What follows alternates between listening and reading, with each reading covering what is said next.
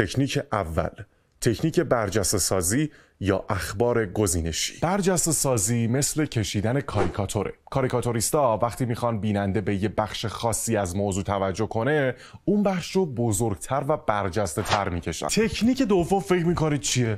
جوک درست کردن. آقا هر وقت دیدید در مورد یه مسئله سیاسی مهم تو کشور یه تعداد زیادی جوک بی‌مزه ساخته میشه، شک نکنید که اون مسئله برای کشور مفیده و با جوک ساختن میخوان بی اهمیتش کنن. تکنیک سوم، اهریمن‌سازی.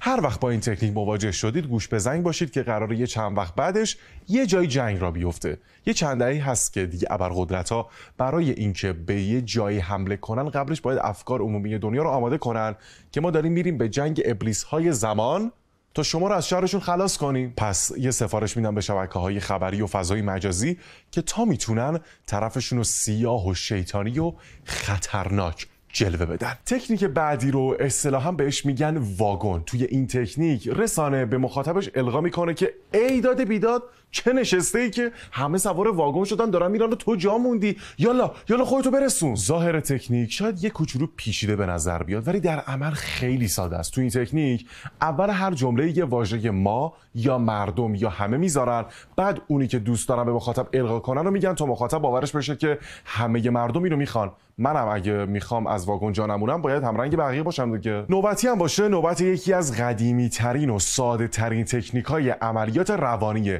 تکنیک دروغ بزرگ. اصل تو این تکنیک اینه که هرچی دروغ بزرگتر باشه باورش برای مردم راحت تره. هر وقت یه رسانه‌ای به این نتیجه برسه که مخاطبش فعلا زمینه پذیرش یه خبر یا پیامی رو نداره، میره سراغ تکنیک اطلاعات قطره چکانی.